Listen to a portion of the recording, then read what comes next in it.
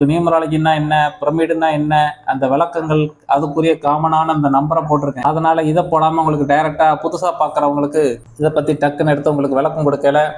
இந்த 2 நம்பரை போட்டிருக்காங்க, இந்த 2 நம்பரை போட்டிருக்காங்க, அது என்ன தெரியாம நிறைய பேர் இருக்காங்க. ஆகையால நியூமராலஜினா என்ன, பிரமிடுனா என்ன, அதுக்கப்புறம் உங்க பேர்ல கட்டமைக்கிற மாதிரி அஸ்ட்ரோ நியூமராலஜி பத்தி விளக்கிக்கிட்டு இருக்கோம்.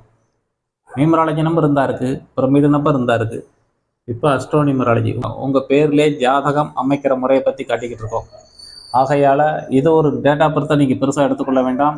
உங்களுக்கு நியூமராலஜி என்ன செயல்படுகிறது, நிறைய பேர் நியூமராலஜி பத்தி அப்படிலாம் ஒன்றும் கிடையாதுங்கிறதுக்காக நிறைய பேர் பூமியில இருக்காங்க. அதை மதிக்காம வேற இருக்காங்க. சிலவங்க அலட்சியப்படுத்துறாங்க.